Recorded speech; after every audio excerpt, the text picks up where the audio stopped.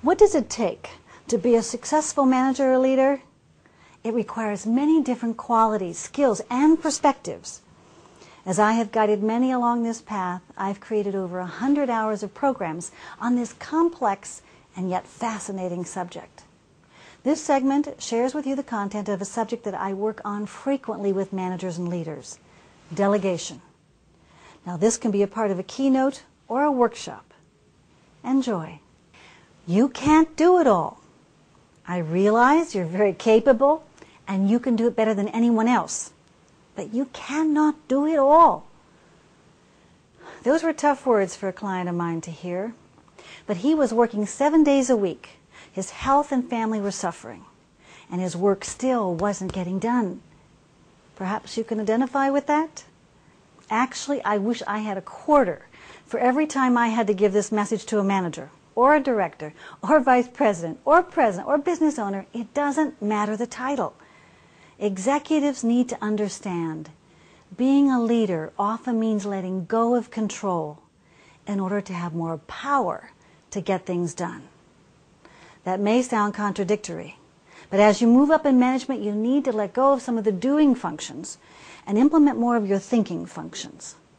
This may sound easy, but as one of my clients said, and he had great resistance, I got promoted because I do these things so well. Why should I let go of them now after working all these years to get really good at them? Because now you are in a leadership position. Now it's time for you to pass on your base knowledge to others so that they can carry on your legacy of how to do it right.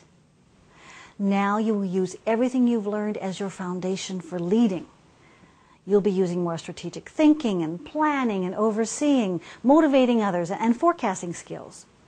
But as you move into these new responsibilities, you'll need to delegate some of your old responsibilities to others.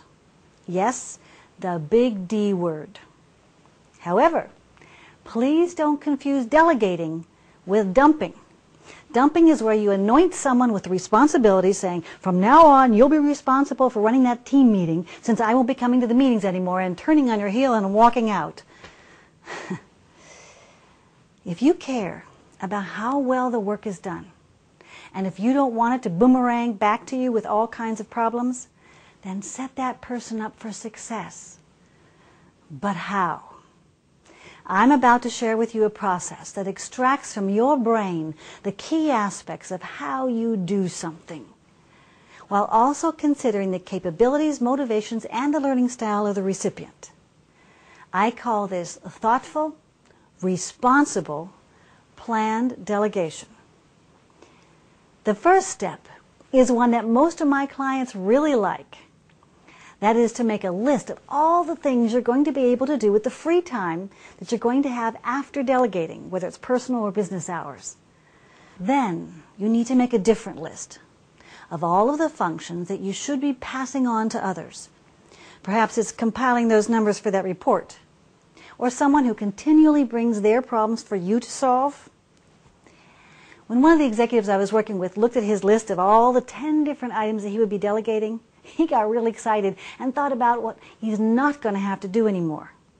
He started to see that light at the end of the tunnel. Wouldn't you like to see that too? The next stage of the process may take a week or so for you to think through, because now you'll need to analyze yourself. View yourself as a scientist and simultaneously the guinea pig. For the next week, observe yourself on how you do that function that you're going to be delegating. What goes through your mind before you do it? What questions do you consider? What concerns or red flags do you look for? What are the politics or the relationship issues involved?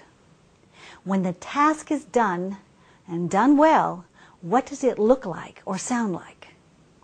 What are the potential pitfalls, barriers, or challenges? As you're thinking up all the answers, take notes, write it down, keep a journal. After completing this, one of my clients was so amazed with how smart she is and how much she really knows. Why? Because she was unconscious of that knowledge. We're turning what's unconscious into conscious and giving you more control over it in order to teach others. But hold on. Even though this is terrific information, it's not time to go share this with your staff member yet. Now it's time to think about what motivates that person who you're passing this on to. What would really make them want to do this work? Is it they would be getting more visibility? Do they enjoy learning something new? Or maybe you're preparing them for a promotion. Be realistic, but think about what's in it for them. Then, think about how that person learns best. Review what has worked in the past with this person when you're showing them something new. Was it simply telling them and they got it? Or did you have to show them or put it in writing? Or have them write it down as they watch you do it? Then finally, the cincher that will make it stick. To light their fire, set timelines for when they will finish their training period and when they'll be ready for full responsibility. This lets them know that you're serious about this really happening. In the end, you will feel the rewards of mentoring, the pride of seeing someone learn from your experience and watching them blossom towards their full potential. And as that overworking executive I mentioned earlier said, another great benefit is that I'm only working 5 days a week, and I got a promotion because now I'm getting things done through others.